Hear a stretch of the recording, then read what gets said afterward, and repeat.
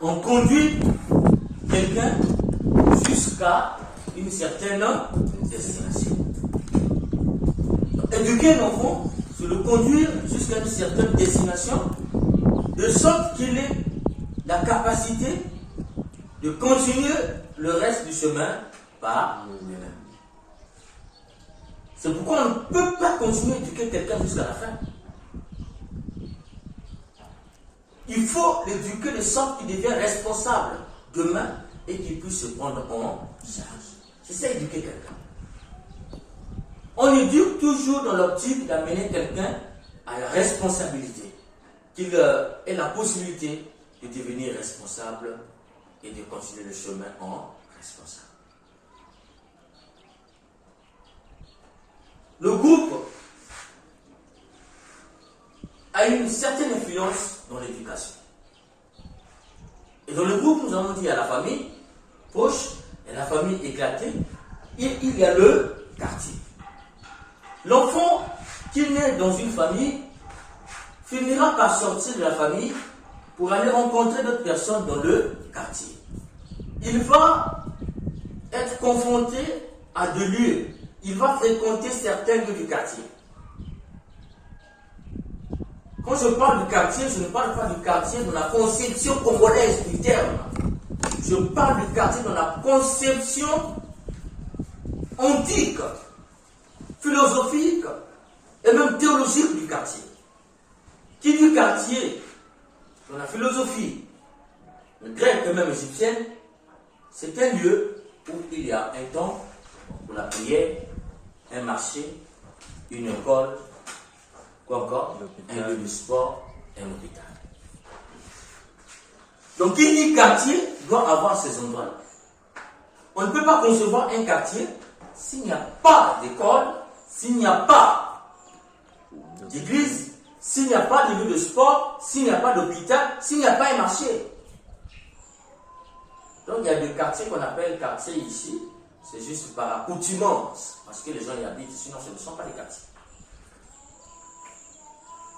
Et l'enfant, on dit, il grandit dans ce quartier où il sera confronté, il va fréquenter ce milieu. Mais ces milieux sont peuplés de gens, des différentes cultures, des différentes éducations.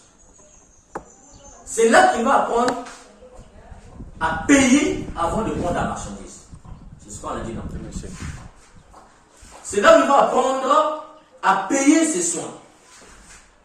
C'est là qu'il va apprendre qu'au-delà de tout, il y a un Dieu qui a créé le ciel et la terre, un Dieu qui veut son salut.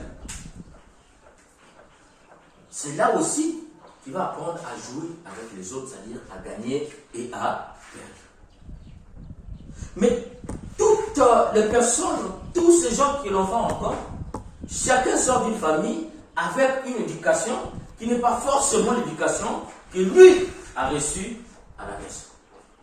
C'est pourquoi nous avions dit, le quartier c'est un lieu de confrontation et d'évaluation de l'éducation. Donc c'est là où l'enfant va commencer à confronter ce qu'il a reçu à la maison avec ce qu'il côtoie dans le quartier, avec les gens qu'il rencontre plutôt. Vous voyez un peu? C'est là qu'il va commencer à se rendre compte que ce que j'ai reçu est différent de ce que l'autre a reçu. Mais nous avions dit que toute confrontation engendre deux cas. N'est-ce pas? Monsieur. Qu'est-ce que nous avions dit? Dans les deux cas, quels sont les cas? La vérité et le... Donc c'est là où l'enfant va commencer à se rendre compte si l'éducation qu'il a reçue à la famille était vraie ou fausse. Il y a aussi l'équilibre et le déséquilibre. Ça veut dire qu'en confrontant son éducation avec celle des autres, soit il gagne l'équilibre éducationnel, ou il devient éducationnellement déséquilibré.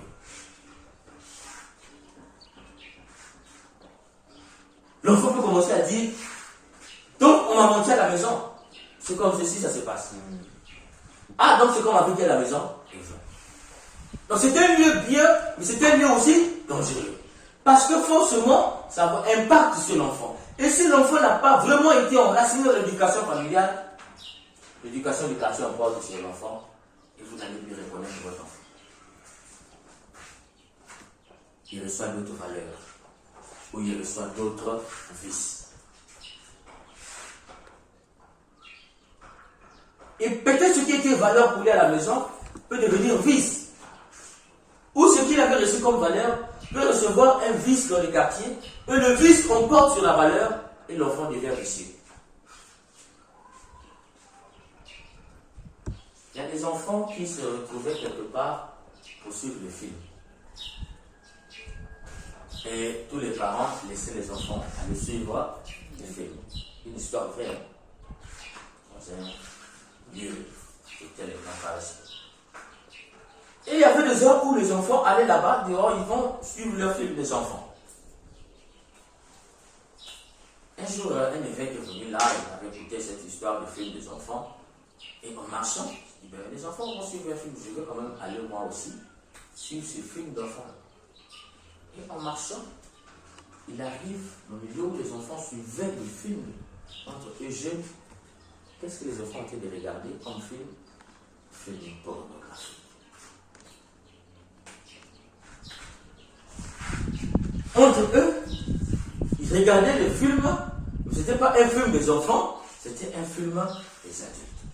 Mais les parents pensaient que les enfants partaient sur leur film d'enfants. Donc on laissait librement les enfants. Mais tu es ici, tu n'es pas parti regarder le film avec les autres. Non, je m'en vais maman, je m'en vais papa. Et l'enfant va là-bas, en fait, c'est pour aller regarder un film porno. Voilà le quartier qui s'interfère dans l'éducation de l'enfant. Les enfants vont à l'école. J'ai vécu ça à Brazzaville. Quand j'étais là-bas. À midi, à 17h, vers le boulevard, chaque jour, il y a des bagarres. Entre lycée technique et lycée général, entre lycée technique et Ganga-Edouard. Parfois, j'ai vu des bagarres entre lycée technique et le collège. Et des bagarres avec des pierres, sans pitié, vous voyez des enfants, ils s'envoient des pierres. Et si tu reçois cette pierre, tu peux mourir. Bagarre générale au boulevard. Les enfants sont partis à l'école, mais ils vont à l'école pour aller se battre. Et quel est le problème? Telle soeur avec la copine de telle école, il faut qu'on tape tous les jeunes, etc. Ça tourne toujours. Tel a manqué de respect. Et les enfants qui vont à l'école, ils deviennent autre chose. Et parfois à la maison, c'est des enfants qui sont calmes, mais dans les quartiers, vous n'avez pas l'idée de ce que sont devenus vos enfants. Ce sont des bandits de grands-chefs, des voyous, des tueurs, c'est des violeurs. Il y a des enfants qui vont à l'école, ils sodomisent leurs amis.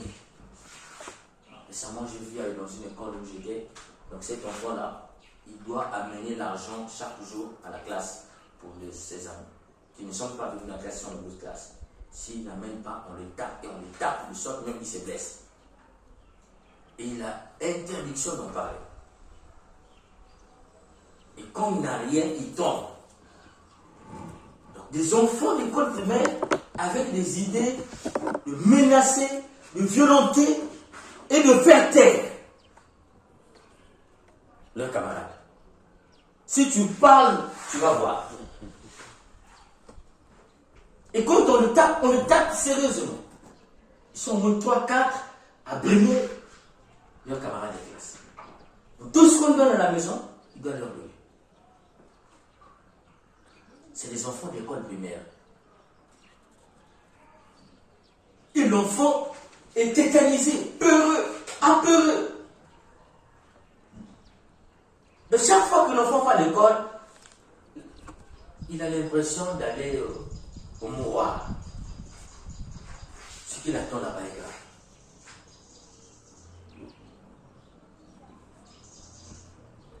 Et parfois l'enfant est obligé de voler à la maison. Parce que s'il va à l'école sans argent, il est foutu. Le quartier.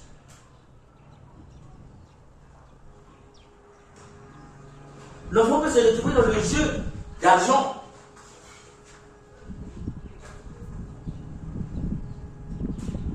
Avec les amis.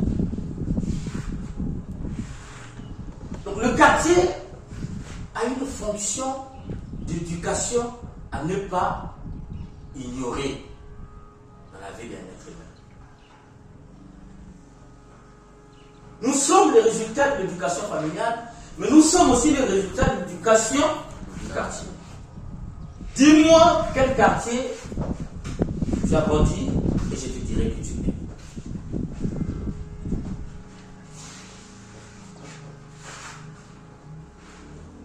Il y a des quartiers où les grandes personnes n'ont pas peur de prendre les petites filles pour les abuser sexuellement.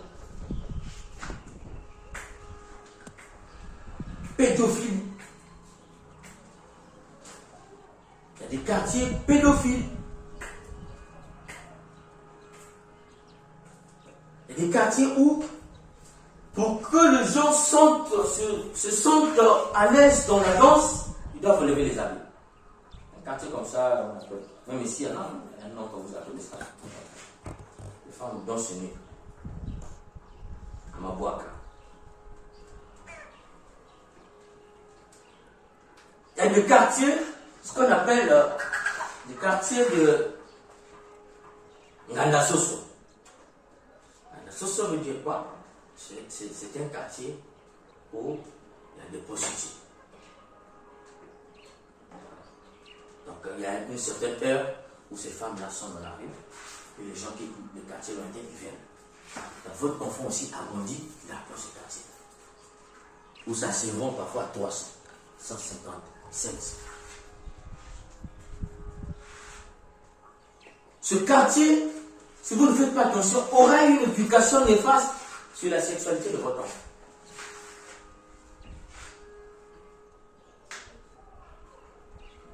Il y a des quartiers où ça fume, le chanvre, cannabis. Donc, à force de rencontrer ces amis-là, j'aurais eu des enfants comme ça, comme ceux-là, mais qui te disent, si tu ne prends pas, aucune fille ne peut t'accepter.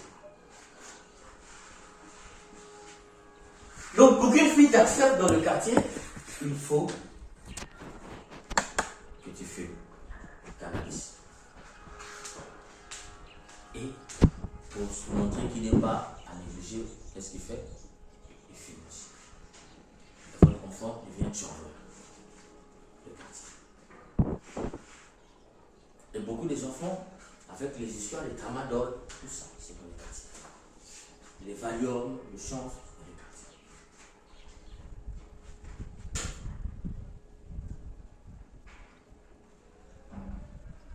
Il y a des quartiers où vous ne pouvez pas voir la volaille la journée. Les coqs disparaissent à tout à compte parce que là-bas, les jeunes volent seulement les poules et les poulets.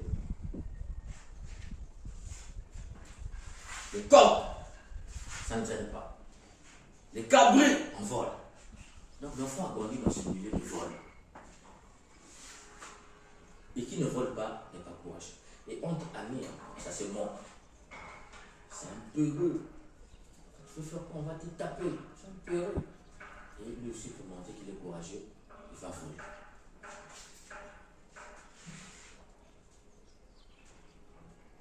Parfois, vous voyez aujourd'hui, entre filles, être vierge, c'est un scandale.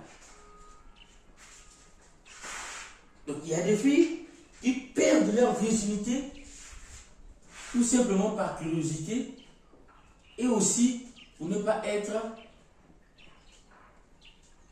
la victime de sarcasme, de raillerie et de persiflage des autres. Oh, elle est vierge, elle ne connaît pas les hommes. Donc, ça devient une source de moquerie. Ce qui est bien, ça devient mal. Et parfois, elle aussi, pour montrer qu'elle n'est pas ce qu'on pense, elle va lui donner sa virginité à un enfant.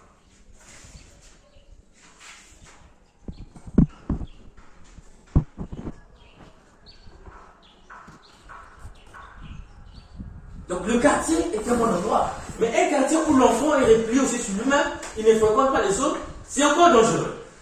Où chacun chez lui, Dieu pour tous, c'est encore un quartier dangereux parce que on apprend indirectement à l'enfant, tu te suffis à toi-même. Or, personne n'est en soi une île suffisante. Nous avons toujours besoin des uns et des autres pour avancer. Si tu penses que tu es seul, tu peux tout, tu t'étends. Et tu vas savoir que tu es bien éduqué comment. C'est lorsque tu confrontes l'éducation avec les autres. Il faut laisser l'enfant aller confronter. Et veiller à ce que cette confrontation ne puisse pas emporter. C'est-à-dire que le déséquilibre n'emporte pas sur l'équilibre. Et le mensonge n'emporte pas sur l'équilibre. Mais généralement, quand on finit ici, on donne au quartier. Et le quartier récupère les enseignements. Nous sommes le résultat de notre quartier. Quand tu réussis, on ne dit pas seulement c'est l'enfant de la famille, ou de la famille proche ou de la famille lointaine. Ta victoire devient même la victoire du quartier. Il a grandi dans notre quartier. Pourquoi on dit que c'est un lieu d'enracinement avec la terre.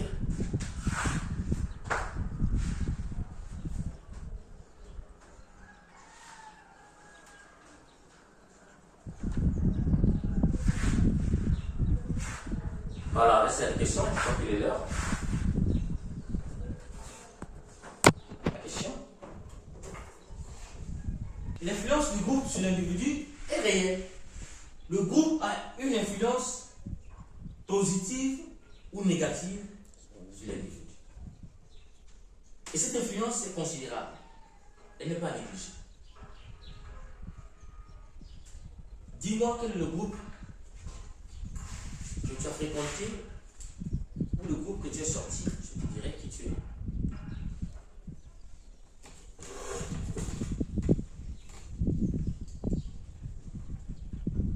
Il y a des gens qui ont grandi dans un groupe au rang prière.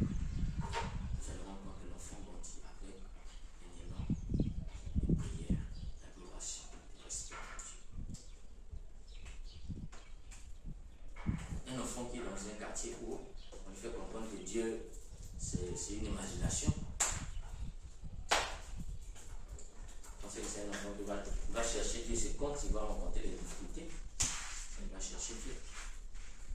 Sinon, en général, les gens s'en foutent. Un quartier rempli d'orchestres, vous aurez beaucoup de musiciens. Un quartier rempli de terrains de football, vous aurez beaucoup de footballeurs. Le quartier produit des êtres que par rapport à ce qu'il a. Un quartier rempli de voileux, vous aurez plus la chance d'avoir des voileux. C'est la chance, c'est la chance. Non, mais ça devient la malchance. La chance dans la production. Vous aurez la malchance d'avoir des voileux. Les dictateurs, les bandits. Le quartier produit des êtres par rapport à ce qu'il a comme moyen. Un quartier, on fume beaucoup. Vous aurez beaucoup des enfants fumeurs.